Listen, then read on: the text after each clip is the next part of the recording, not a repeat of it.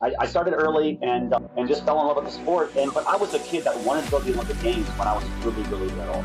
I was 8 years old when I watched the 1984 games in LA.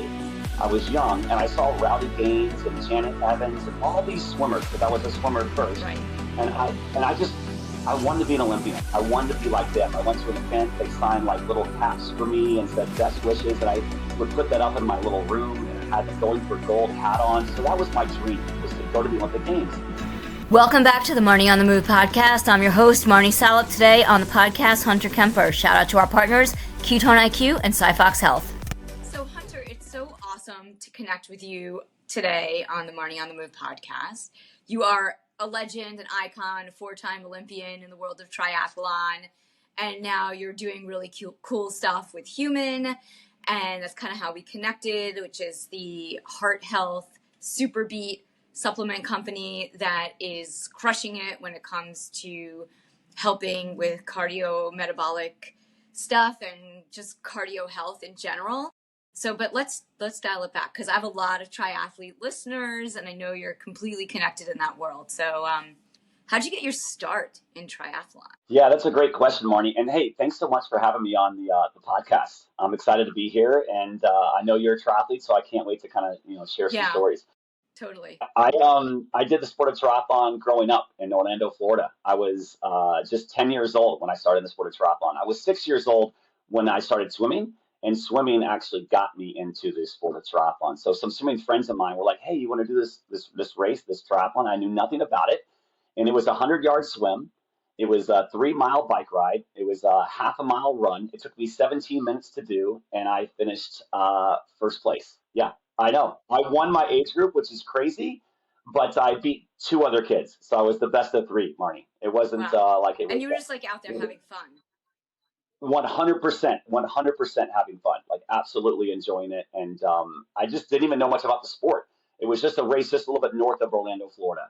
And I just kept on following my passion and just kind of following just this endurance kind of mindset that I love to do. And won a national title. I was the best in the country at the age of 10 in a sport that apparently no one was doing because I beat 9 other kids. I fell in love with sport of triathlon at an early age. That's so cool that your parents were able to see that and direct you into the sport too, because your kids can be like, you have 4 kids or 5 kids? I have 5 kids. Yeah. So you have 5 children, right? And it's like, to be, as a parent, to be able to like recognize that at that age and like help your kid like follow their passion. That's super cool.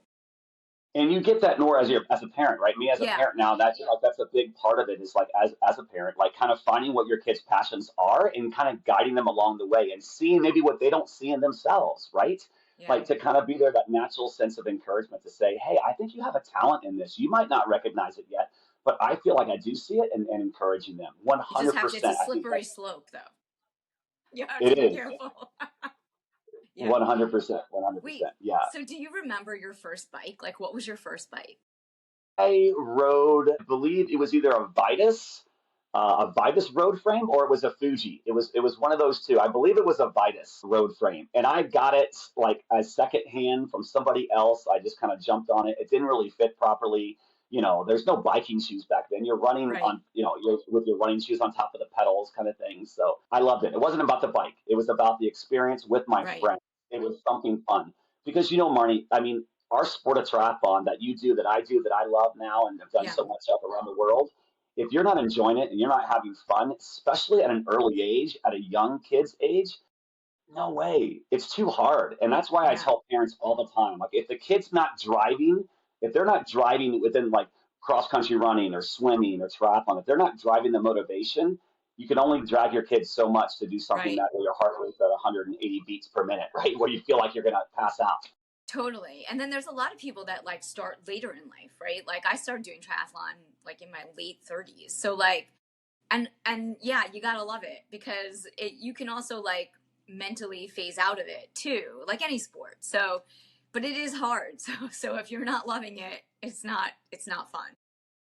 100%. I mean, it's hard. You got to be around others. You want to go to the pool with other people all the time. That's why there's so many different groups and triathlon clubs that people can connect, right? It's an individual sport, but it's something that you want to kind of feel like you're going through the pain with other people. So, yeah, I started early and just fell in love with the sport. But I was a kid that wanted to go to the Olympic Games when I was really really little. Right. I was 8 years old when I watched the 1984 games in LA. I was young and I saw Rowdy Gaines and Janet Evans and all these swimmers because I was a swimmer first. Right. And I wanted to be an Olympian. I wanted to be like them. I went to an event, they signed like little caps for me and said best wishes, and I would put that up in my little room and I had the going for gold hat on. So that was my dream, was to go to the Olympic Games. But as I got older, through like middle school and high school, I realized that it wasn't going to be possible through the sport of swimming. I wasn't that talented in swimming, and I needed to kind of maybe try to find another avenue. And I chose triathlon, which at the time was not in the Olympic Games. And my goal then changed from being an Olympian to being a professional triathlete. That's what I actually wanted to do at the time. I wanted to be a professional triathlete. And what did that look like? So I went to college. I went on to college after high school and went to Wake Forest University in North Carolina and ran in college all 4 years, cross country and track. And when I went to school there, I called up the coach before I went there and hoping that I could get a scholarship.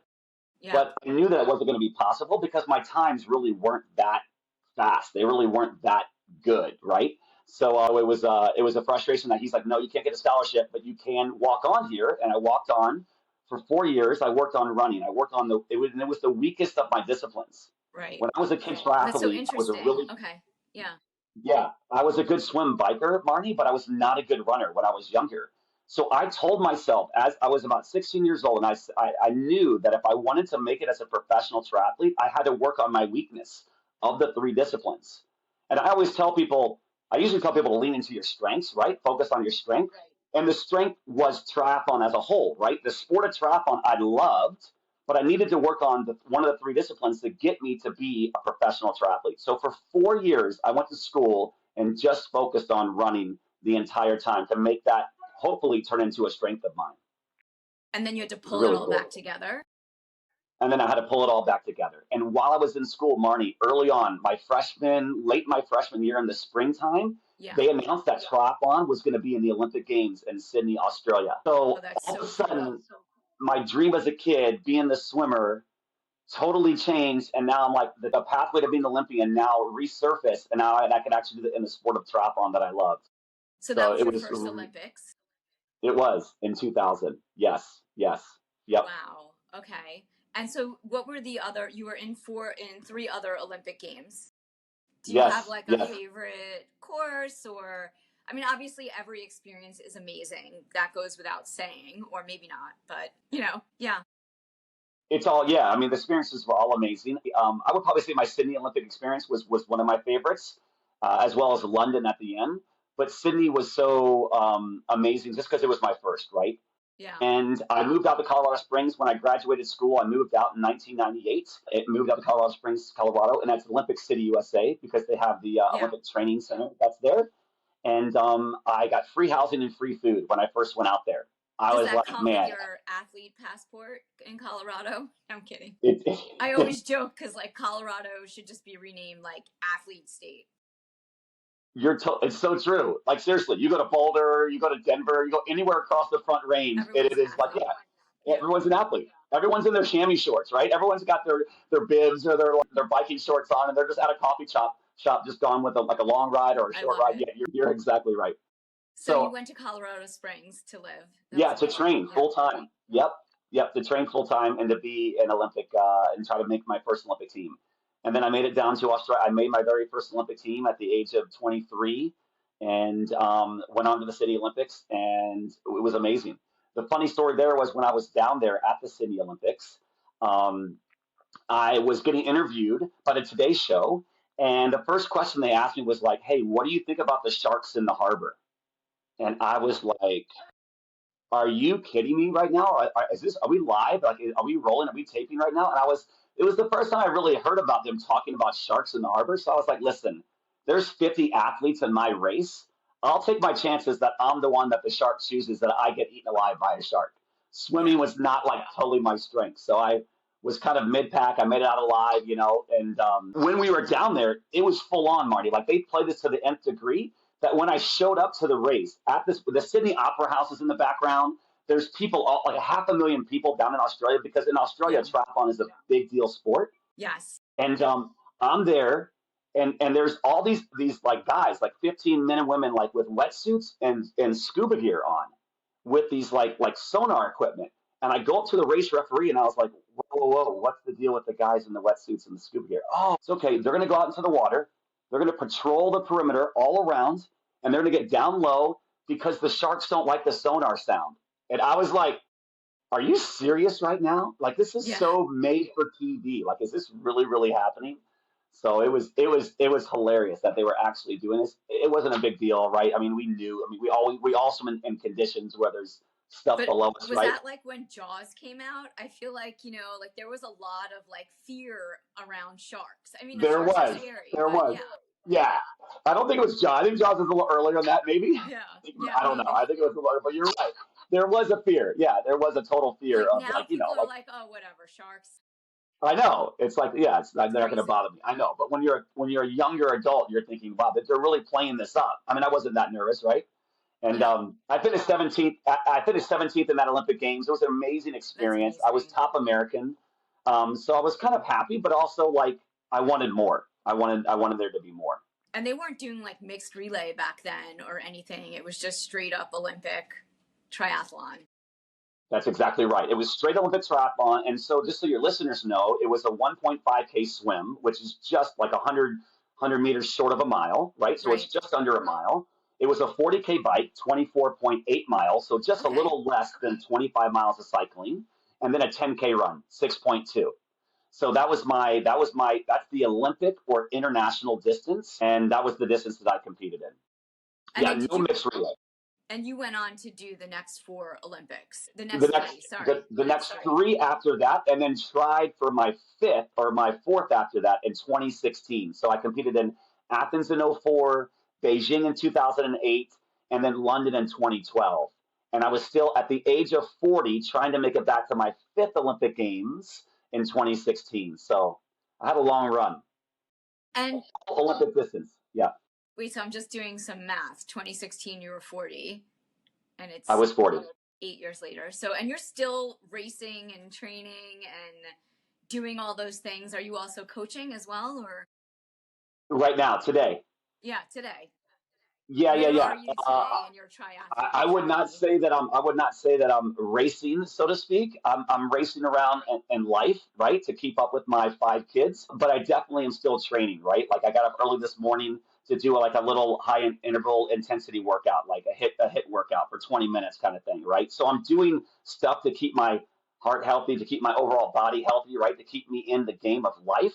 But I'm not, I think that my racing days for right now are kind of behind me, because I don't think my ego could take it to whereas I would go up to Jones Beach, maybe where you just recently were, right? At the 70.3, I couldn't show up and actually get I couldn't get worked over. I don't want to get beat.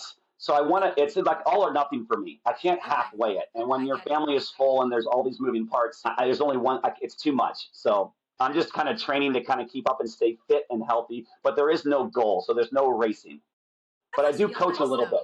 Yeah. That must feel kind of nice though. I mean, I get that. I get the all or nothing like mindset. Honestly, like you want to do something like a certain way or you're not doing it. Like you're not half in. And that's like an Olympian mindset too, or somebody who's like a triathlete type A personality that just is like in it to win it.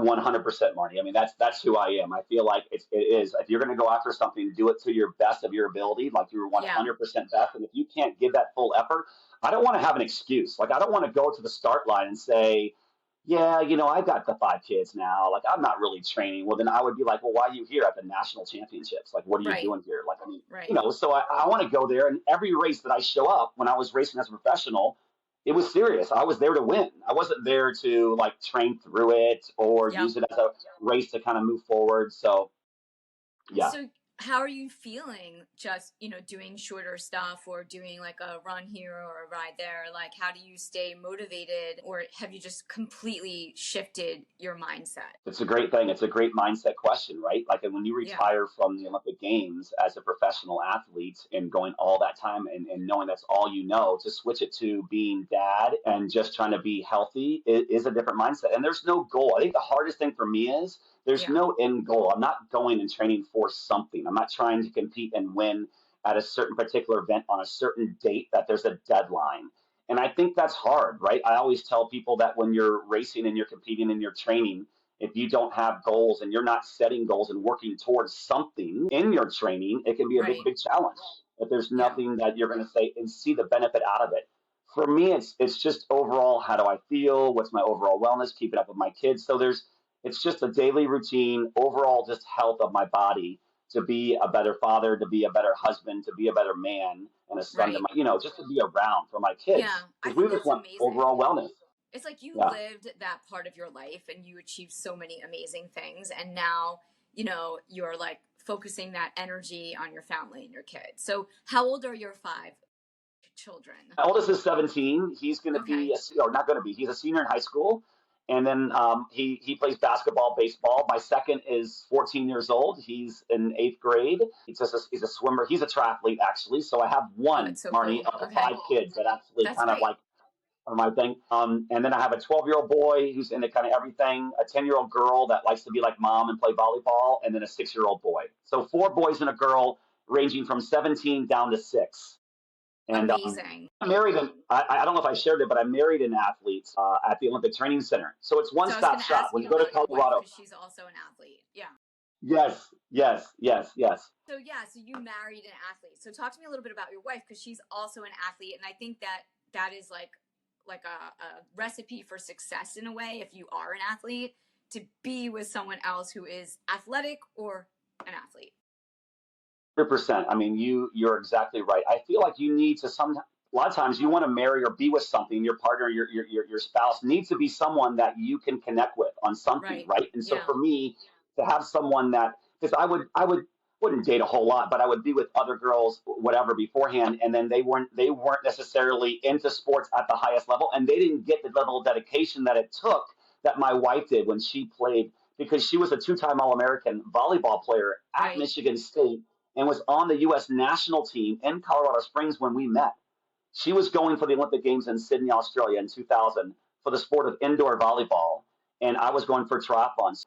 To have someone like that, our first date was when she got cut from the women's team, June 10th, 2000. She gets cut in the morning. We go on our very first date that night, just over 24 years ago. How crazy is that? That's I mean, so she was very crazy. vulnerable, Marnie. She was very vulnerable. She was very like in a place that she needed like maybe someone to kind of share some jokes and kind of take her mind off of actually like volleyball itself. So Yeah, that's she's cool. she's amazing. I mean, she gets. Does she I still feel like play as well? she doesn't know. She played through Okay. 2003. Not her career kind of ended pretty early, and then she just was there to support me. And the best thing is that I feel like she did it all for me. Like she was my natural nutritionist, she was my like massage therapist, she was my psychologist, my sports psychologist in a way, right? When you're at Right. home and you have all these doubts that I'm not good enough, I can't do it. You need Mm-hmm. someone else in your corner to kind of say, "You're okay. You got this. You can do it. You can make it. You're better than this. That was only one race. You're still the best athlete in the world, like you can still accomplish big things." And she got the mindset because that's key. And 100%. so She and gets the so mindset. that's amazing. That's so cool. And so it's great that you have like, your kids are kind of interested, like one's a triathlete, one's into volleyball, so you can kind of still like help them with that stuff. And now obviously, we connected through HumanN, which is all about heart Yes, health, right? And 100%. that's sort of, I mean, I get that. I interviewed this cardiologist and he was talking about he had qualified for the 1972 Olympic marathon trials, and his name is Paul Wow. Thompson. And Yes. he was talking about how, like, when you're a marathoner and when you're an athlete, like, as healthy as you are and as fit as you are, like, a lot of exercise can also have a little bit of a negative impact because you're stressing out your muscles to a certain extent. And I don't say like don't do those things, but just, people should be aware. And I'm all about like getting ahead of what could possibly happen. Like if we look at Tim O'Donnell, right? Like he is one of the greatest athletes of all time, and he had a heart attack while Yep. on the bike, and then Yes. continued to finish the marathon, and then Yes. called his wife and was like, oh, I'm going to the hospital. And Rinny was like, now, like called their doctor, Yep. right? Like that's the story. He probably would not have survived if he wasn't an athlete, right? So like it's really important, whatever level athlete you are, to be aware of like what's happening in your body cardiovascularly, which is why I really love HumanN and SuperBeets. So talk to me about your involvement with the brand. And if my listeners haven't listened to that conversation with Joel Kotcher, the co-founder of HumanN, maybe you can dial them into what this awesome product is and how you use it. Yeah, absolutely. So Joel is an amazing man. I listened to a little bit of the podcast. It was awesome.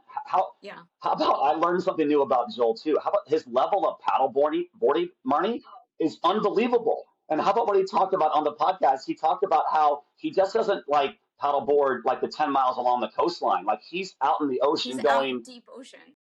like deep ocean, going all the way out and coming back. On the podcast, he shared how he got stopped by the Coast Guard. And I was like, my goodness, Joel, I was listening to it going, wow, he is so intense. And it just gives you an example of the type A kind of level of person that he is. He's an amazing leader. He's the founder, the CEO. Him and Anne Marie, his wife, I think just care about people. And they love people. And he came from the tech background. And he just basically he learned about the miracle molecule of right, of nitric oxide and what that is. Yeah. And I think he was just like, how can we figure this out? It's a gas. How can we figure it out? What's the food that can deliver this mechanism? And he came to beets, right? And beets are high in dietary nitrates and nitrites. And then when you ingest that, it turns into a gas and it opens up your circulatory system. And Joel talked about it. I mean, your circulatory system is like the superhighway in your body, all the blood vessels going to. And if you can open that up and you can increase your circulation, more oxygen to your heart is going to help your heart health. More oxygen and more blood flow is going to help out your overall for healthy blood pressure. So SuperBeets is an amazing product. And what the crazy story is to me and how I came about it. So this is this. I was just getting back from London in 2012 after my 4th Olympic Games. And I'm coming back on the flight and I'm thinking, and I'm looking through the Sports Illustrated. And in the Sports Illustrated, just the week before, they had the marathon, one of the long distance runs, and it talks about these athletes taking drinking liters of beet juice. Mm-hmm. That was the thing back then, over 10 years ago, that they were drinking, 12 years ago, they were drinking liters of beet juice to try to get the same benefit that we now do in super. And I'm like, wow, there's no way I would do that for the gastro issues that you would have in your stomach to drink that much before you go and race, right? So I call up my friend who is Dr. John Ivey. He's a leader in sports nutrition and sports nutrition timing. And I met him through General Mills and Wheaties.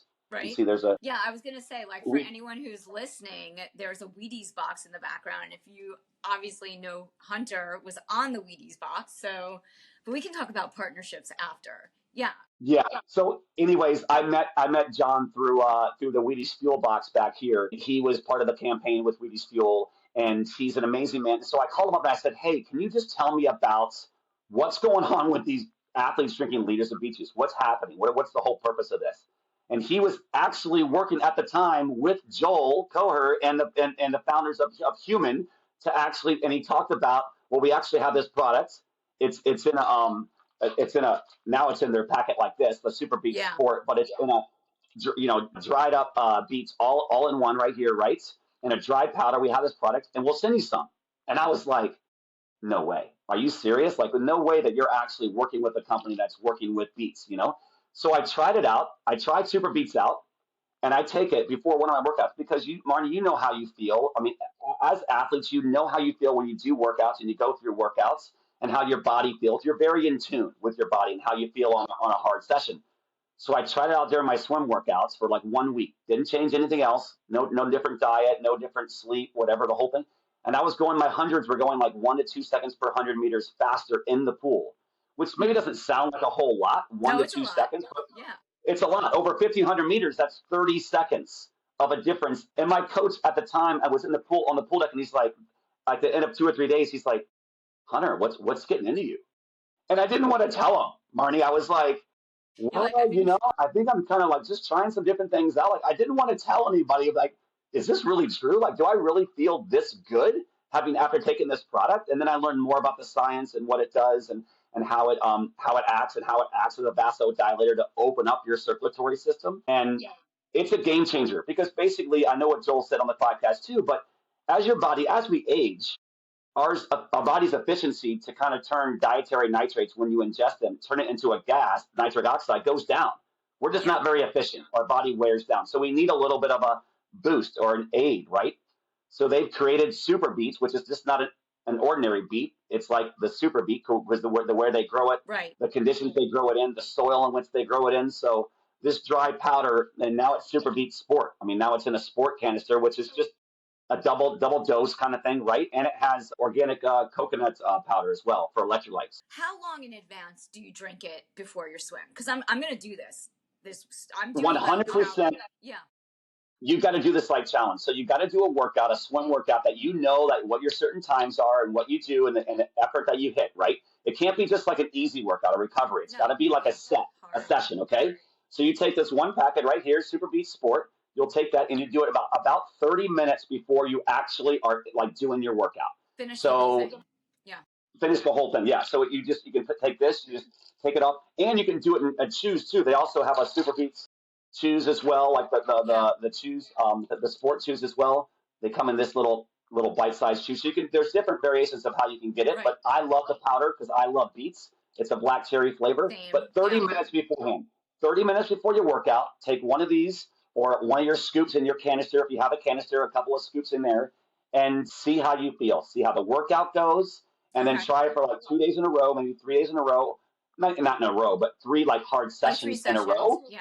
Yep, 3 like efforts, sessions, workouts, and then know your times, and then see what the difference is. 100%. I'm going to do it. You're going to notice a difference. I've been doing this challenge for October for myself. It's like just so swimming is not my favorite of the sport of triathlon, and I actually farmed it out for the past 2 summers. As Tim likes to say, I'm outsourcing the swim, and so I want to get back to it because I do love doing the whole sport, but I did it as a relay. And so one of the things I've done, because I'm not really running right now, I decided that I'm going to try to swim, and this isn't going to be a lot for you, but 6,000 yards per week, not per session. So that means I have to go to the pool 3 times and log 2,000. 2,000 yards, so three full sessions. There's different things that happen in each session. So one will be an endurance swim, one will be intervals, yes. One will have drills. Yes. And so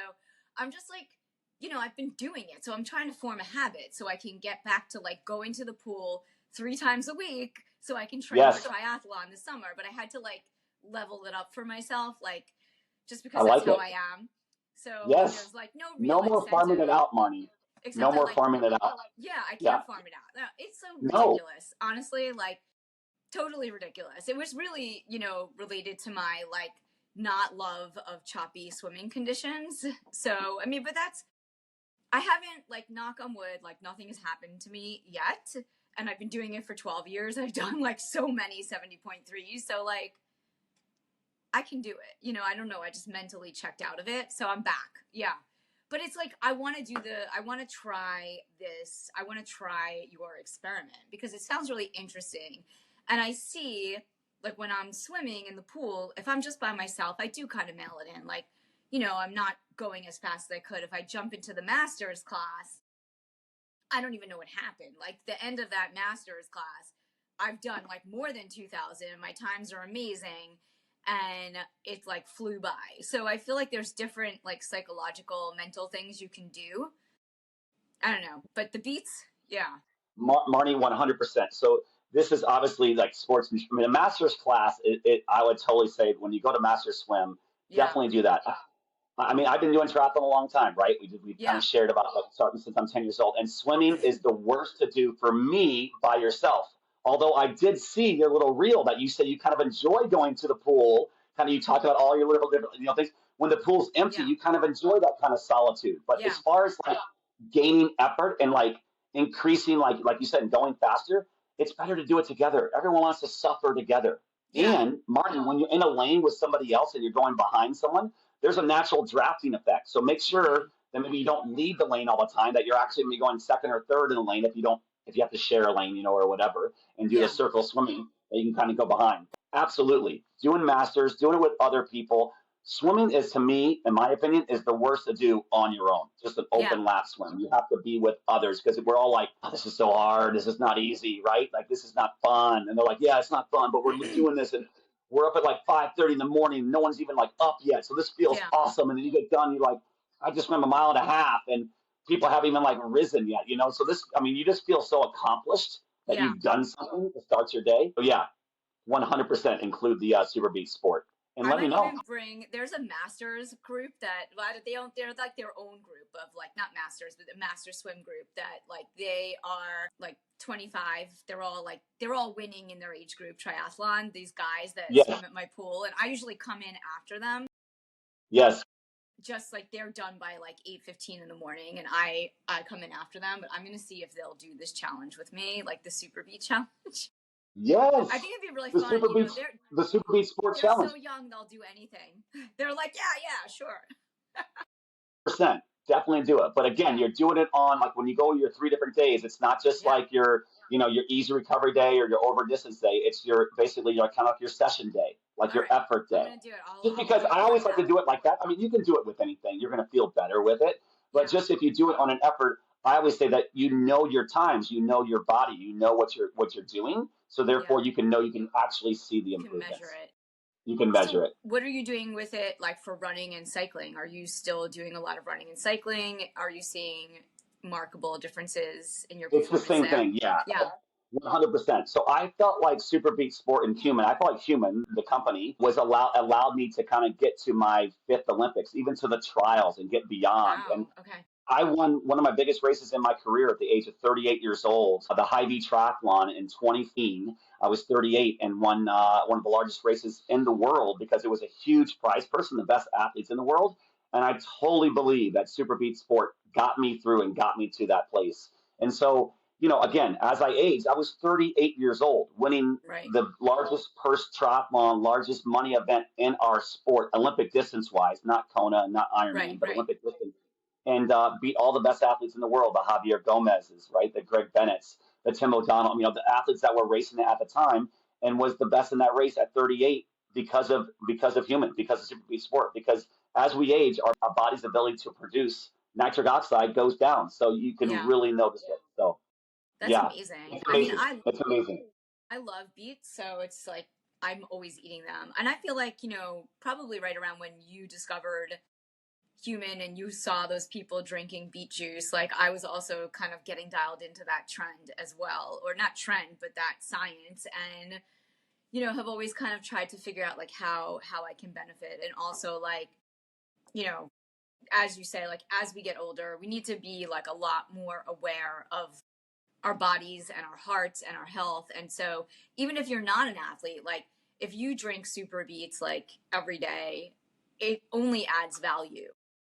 100%. I wake up in the morning for me, and because I love the taste and the product so much, I believe in hydration so much throughout the day that we should constantly be hydrating our bodies. Like water intake is so important. But I'll start off the day with 24 ounces and 2 scoops of SuperBeets and 2 scoops of the dry powder and 24 ounces of water, and I'll just drink it down and just love it and feel like I'm getting off to a great start to my day. 100%. And then I'll have the SuperBeets Sport product for the workout later on in the afternoon if I'm doing a workout. Now, were you super dialed into nutrition during your early career? No. It no wasn't shot. A thing, right? No shot. Yeah. It wasn't a thing.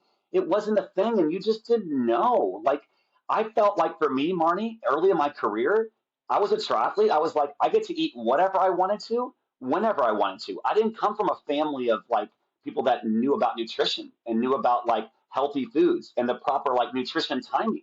I literally would go on a bike ride and like a 40-mile bike ride on my long ride on a Saturday or whatever, and then get off and then go to like a fast food restaurant and get like burgers and just feel like I wanted fuel. Like I thought any fuel was okay fuel.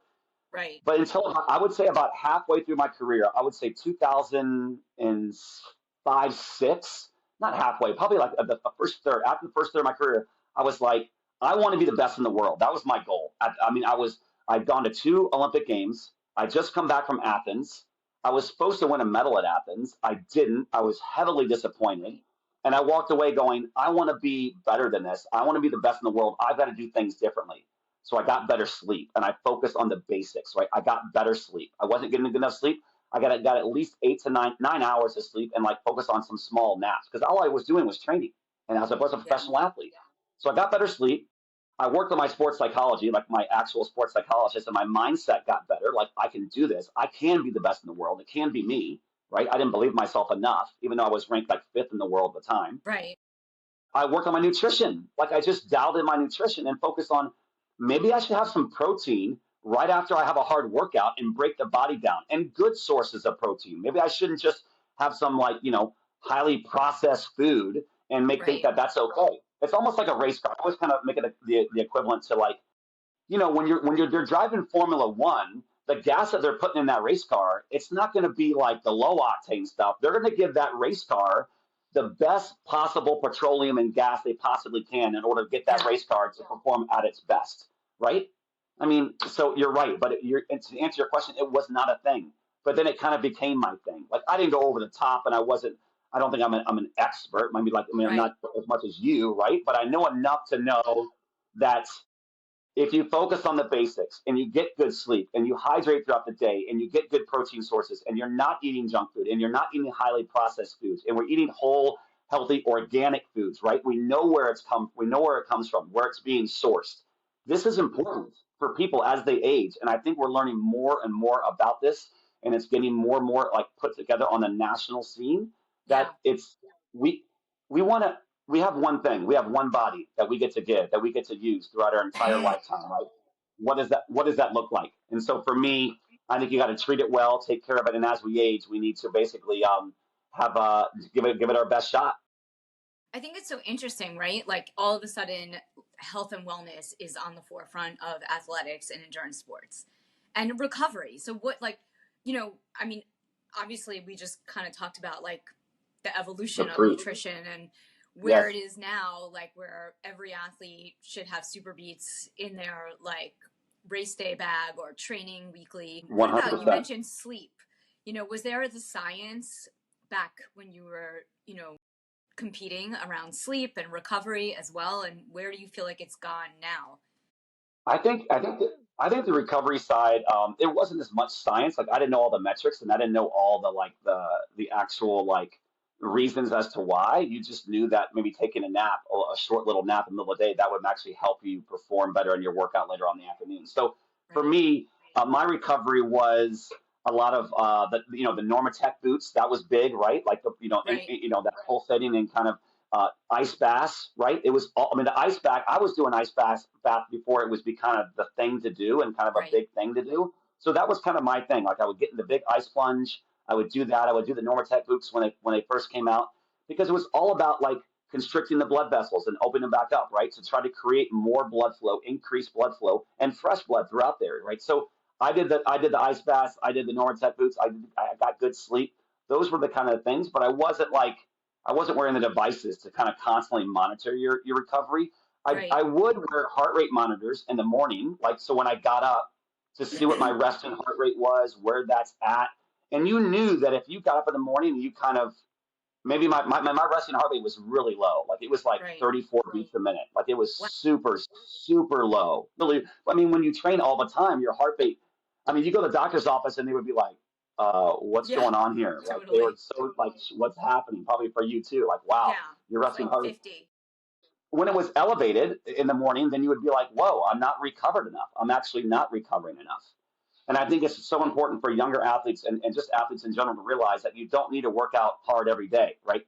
It's like you have your workout, but then you need like your harder session. But throughout the weeks, the recovery days are so, so important. And early on, I learned in my career that you need to live more black and white than in that gray area all the time, right? So you're coaching athletes. You want the hard sessions to be hard. You want the easy sessions to be easy. If you watch Kenyan marathon runners or the Africans run, their easy days are crazy slow. I mean, it's just like they're just kind of trotting along. Just, I mean, like we're talking 8-minute miles when they can run 4:40. Right. Yeah, that's a big lesson, and that's a hard lesson, especially as an everyday athlete, right? Like, Yes, because yes. it's actually harder, like if we're just talking about running, it is so hard to run slow. Cuz you just It want to is. run fast, and Yes, whatever your fast is or whatever your slow is, I just find it personally, when I go out for when I go out for like a slow day run, like I stop, I take photos, like I just try to keep it chill.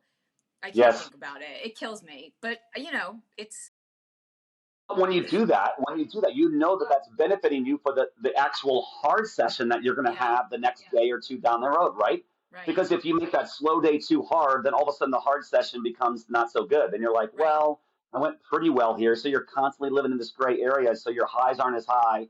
And, so it's just, it's And I all find training effect. yeah, and I also find it hard to go hard.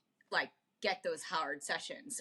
I feel like that fifth gear is challenging to go all out. Even right now I'm not running because I sprained my ankle and I'm like 2 weeks out from starting to run again, possibly 3 weeks. But even when I go to the track and I'm doing like mile repeats or I'm doing, 800, like Yazo 800s or something, like I always have something left in the tank. And I always I'm having this conversation with myself. And I'm sure a lot of other athletes do this. If you're marathon training, triathlon training, like I cannot like leave it on the track. And I try, but something in me, and that's my goal this year, is like to just like push myself to that like super hard place where I'm like passed out on the track or something. It's 100%. But that's hard for everyone. That was hard Yeah. in my career, right? It's to get the brain to kind of shut off and know that what's the worst that's going to happen? You're not going to go so Nothing. hard that you will pass out, right? Nothing. Yeah. Exactly right. Like you're just trying to get yourself. And what if you just say, what if you did a session where you did 4 half-mile, like your half-mile sessions or 6 half-miles, whatever you're doing? But what if you're going so hard and you can't finish the last two and you're just trying, but then you have to slow down? That's okay. That means that you actually got yourself to go so, Right. hard that you can't actually complete it. Maybe that might be all right. But it's really getting the mind to shut off and to say, it's okay. I'm not listening to you right now. I know I'm hurting. I'm hurting, but I'm going to go a little bit Right. further. I can just go a little bit further, right? And to take it in chunks. I always think that the workout in totality can seem like a lot, but if I just say, okay, the next mile. And what I say in a race, what it's good to always say too, is like when you're running, you're racing with someone and you're running along, you're like, oh, this is hurting me, but I know it must be hurting them too. Like as a Yeah. professional, when I'm like sprinting towards the line for a big payday or to win a big world championship title, I'm like, the last 200 meters, I'm thinking, wow, I am exhausted. I can't go anymore. But you have to think, you got to trust the training and then realize if I'm feeling like this, the guy that I'm racing against, I know he's in the same boat. We're both in the same boat, so he's not going to win. Yeah. I can't let it happen. So you're exactly right though. But Marnie, it's not you. That's not the everyday athlete. Yeah. That's Everybody. anyone. To get yourself to get to a place where you can It's mental. collapse at the end. It is a lot of it's up here, 100%. Right. I always say that. And then like so now for you, I mean, I know we talked about like you're being dad and you're with your kids and your wife and your family, and you said you're doing things here and there to train. Are you what are you up to from the perspective of training, or not training but working out? Now we changed the language, right? It's working out, Yeah. staying healthy and Yes. fit. Yeah. What does that look like for me? Yeah. I'm on the bike a lot, like so. I'm not running a ton. I think as a like former pro athlete or for 20 years being at the highest level, I don't take care of my body as far as my calf injuries or my soleus, and like I just don't want to go and pay for treatment, right? I mean, I think you're just like I would just go to the training center, the Olympic training center, and this would be just taken care of for me. It's so hard to get Right. myself in there to like take care of my own self when it comes to that. But then I can be like, I'll just hit the pool. I can go and do that, right? Or I'll go on the bike a lot. So I bike a lot with my son. I'll go, we'll go rides on the weekends. I'll be on the trainer early in the morning doing sessions, maybe for a half an hour. They're short sessions. But you know what I want to do, Marnie? I feel like I'm in this place that I feel like I want to challenge myself, that I need to I need to have something because I haven't Yeah. had that for a long time. And I think I want to do a marathon. I've never done a marathon before. Is that Oh crazy? wow. Like I've never That's actually, amazing. I know, I've never actually raced a marathon and I wanted to do it before I left my professional career because as I was exiting the sport, I knew I wouldn't ever be as fit as I would at that time. And my goal was to kind of qualify, like be like to be able to make like the qualifying standard for the like marathon time. Like it was like it was like 218 or you know, a Yeah. little sub two, like right around 220 for the men at the time. And I never did it. And I'm definitely not even close to 220 marathons, you know, not even close, whatever. But as I'm getting closer to 50, I feel like I Yeah. want to have this like goal, you know what, not just for me, but also to show my kids too that look at dad. He's not just training for himself for just overall health and wellness. I love that my dad is like a super fit guy. Yeah. But look at dad. He's got a goal. He doesn't really know if he's going to do well in it. Like it's kind of like almost like kind of jumping off the deep end because like Yeah. I got to get my path figured out and I got to, you know, set it, but it'll push me towards something and hold me accountable that as I lean towards 50 to be like, how fast can my body go? What can I get out of myself now? Right. So I Yeah. don't know. I just feel like for I me, bet you'd be really fast. I'm just saying because I know a lot of guys. Maybe you've heard him on podcasts. I have another friend yeah, who's 48, and these are not professional athletes. Like, I mean, well, yeah, they're just guys like training. And yep, my other friend who's yeah, like 48, he just turned 48 like yesterday, and he's a yes, pacer for a lot of marathons. I mean, he's done over 100 marathons, but he did a real like. I mean, he did, you know, that he, I don't know what Ken's time is. I definitely don't think it's like the 220 marathon yeah, time, but in right, 3 hours, under 3 hours, I think, yes, yes, I don't know. I see, you know, I just see like if you, and you know, like if you train, you can do it. Like it's not 100%. impossible. No, So you just have to no. figure out like how much do you want to train That's exactly right. And scheduling that and training. And that's what I've smartly. been afraid of Yeah. is that I don't have that time and commitment. And again, because I felt like as a professional athlete, I was so Yeah. selfish in my own career. I was so selfish with my own like time and all that because it takes a lot of effort to put in to do it like we already talked about, to do it right, to go all the way in. And so can I do that when I still have a family that I'm trying to like lead and guide and be around for? So there's a balance there. So Yeah. I don't I know. feel We'll like, you see. know, a lot of professional athletes say that, and I don't know if this is on the podcast or not, but like when you have a job, you work hard. It doesn't matter if you're in finance or you're a professional athlete. Yes. It's not selfish. Yes. You're working hard towards something, whether it's like building your family's, you know, empire to live and go Yes. to college and Yes. whatever. I mean, you know, being an athlete, like you're having fun too. Like some people that work at Goldman Sachs or finance, like they may not be having as Right. much fun as you. Just Right. saying, like, you Yeah. know, I get it. Like, a lot of people feel bad, like, you know, because they're spending time by themselves or with their friends or training or whatever. I totally get that. That's exactly right. Yeah. I think, you know, and maybe because I'm an athlete, like, I'm drinking the Kool-Aid. I'm like, don't worry. Yes. Like, but anyway. I like it. No, I know. I feel like it would be cool to have my kids see it and just Yeah. be like, let's see what dad can do. Let's see dad kind of really go after something because they weren't around and they've been. One of my favorite games is also London too because my oldest son, who was 17 now, at the time was 5 years old, and I Right. wanted to be still racing, and that's why I was trying for my fifth Olympics in Rio in 2016 to Yeah. still be racing to show my other kids, and they would be older to see like wow, look at dad. This is what he does. Like it's really cool to see Yeah. him like going after it, you know. So you want your kids to see aspirational things. Yes. And do you have a marathon in mind? I don't. I thought maybe I would come to you. Although I read on your bio, Marnie, I read on your bio that you've done, is this right? That I thought I saw that you've done one marathon, like open, but you've done like 12 Ironmans. Is that right? 70.3. So you do all the half Ironman, you do all the half Yeah. marathons within your 70.3. And So half you're marathons. owning Yeah. that. Yeah. And you're out there more time in a 70.3 than you would be in a marathon. You just haven't done a ton of marathons. Yeah. You know, it's funny. I did my first marathon in 2019 and I absolutely Yeah. hated it. I hated it. And, you know, it was just because I had a bad experience. It wasn't my day. Like, you know, all Yeah. the things that could happen to you in a marathon, like mile 13, You didn't have I SuperBeets started for like, it. no, I Yeah. didn't have SuperBeets. And Yeah. I like, Yeah. I had like bronchitis in the middle of the race, like all the weird, like I was worn out by the end of my training. And, you know, I had a good coach, but it really wasn't my day. And so when I finished, I was like, it was the New York City Marathon. It's one of the best races in the world.